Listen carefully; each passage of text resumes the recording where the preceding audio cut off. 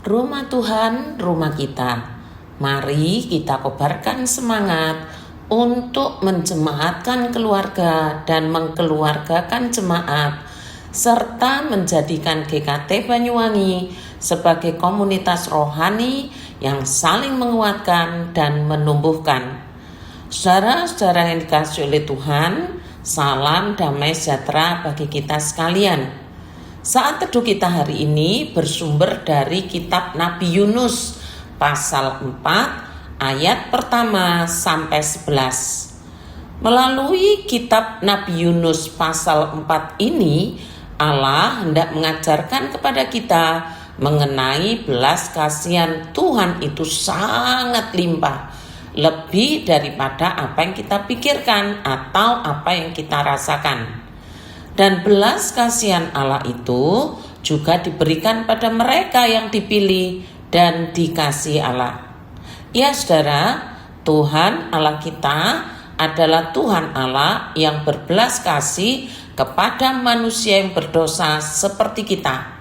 Belas kasihan Allah yang limpah itu digambarkan melalui kisah yang dialami oleh Nabi Yunus sendiri. Kisahnya demikian. Pada waktu itu, Tuhan Allah tidak jadi menghukum bangsa Niniwe yang terkenal jahat.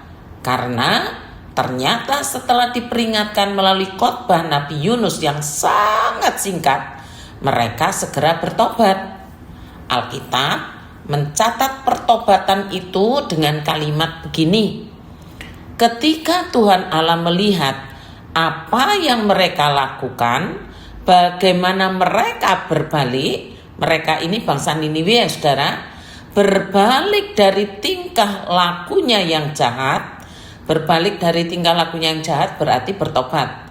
Menyesalah Allah atas malapetaka yang akan dibuatnya terhadap mereka seperti yang telah disampaikannya.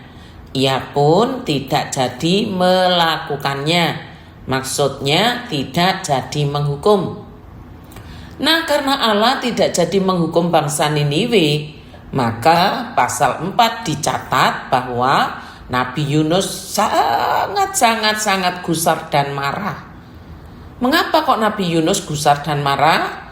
Karena dalam pemikirannya Nabi Yunus lebih senang kalau bangsa Niniwe itu dihukum saja.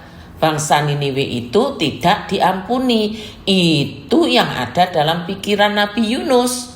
Nabi Yunus berpikir bahwa tidaklah usah bangsa Niniwe itu dikasihani karena apa yang telah mereka lakukan sebelum bertobat.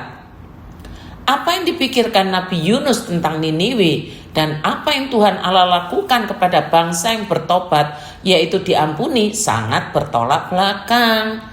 Allah yang penuh belas kasihan itu bukanlah Allah yang pendendam, tetapi Allah yang mengampuni setelah Niniwe bertobat ketika diperingatkan oleh nabinya. Nah, itu ya saudara, belas kasihan Allah terhadap orang-orang yang bertobat setelah diperingatkan.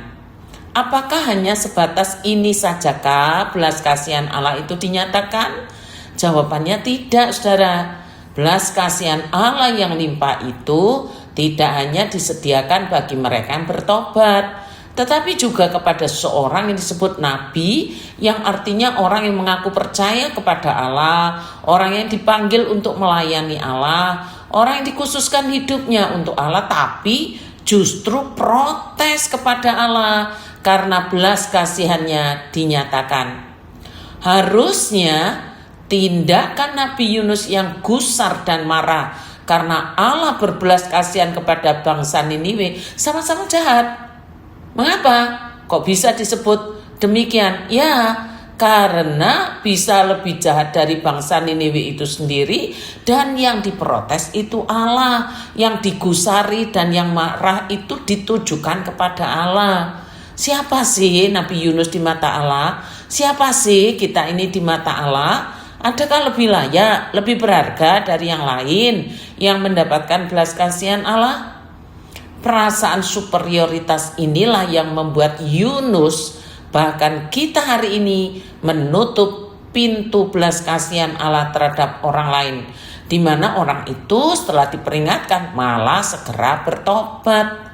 Kiranya kita dijauhkan dari dosa yang demikian, sebab adalah kedaulatan Allah menentukan siapa-siapa yang mendapatkan belas kasihannya.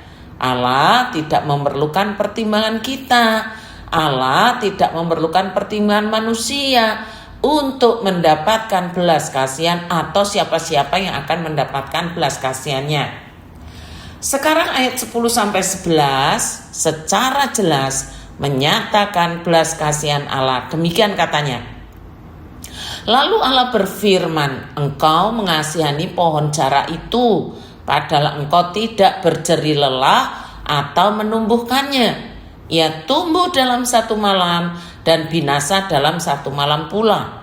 Bagaimana mungkin aku tidak mengasihani Niniwe, kota yang besar itu, yang berpenduduk lebih dari 120.000 orang, yang tidak tahu membedakan tangan kanan dari tangan kiri, beserta ternaknya yang banyak. Saudara-saudara, Allah berdaulat untuk memberikan belas kasihannya kepada setiap orang yang dikenannya. Jadi janganlah merasa diri lebih baik, lebih superior dari orang lain, lebih-lebih yang lain. Kalau Allah berbelas kasihan kepada kita, itu bukan karena kita layak. Jadi bersyukurlah punya Allah yang penuh belas kasihan. Saudara, kegiatan kita hari ini persekutuan Komisi Wanita Tabita di gereja pukul 17.30 WIB. Kita akan belajar dari kitab Amsal mengenai bibir yang dolak-dalik. Mari kita bersemangat ya untuk bertumbuh dan saling menguatkan serta meninggalkan roh yang membuat kita terpecah-pecah. Jangan lupa membawa jiwa satu demi satu. Selamat ulang tahun Yuliana Magdalena atau yang biasa dikenal dengan nama Xiu Jing. Tuhan Yesus memberkati.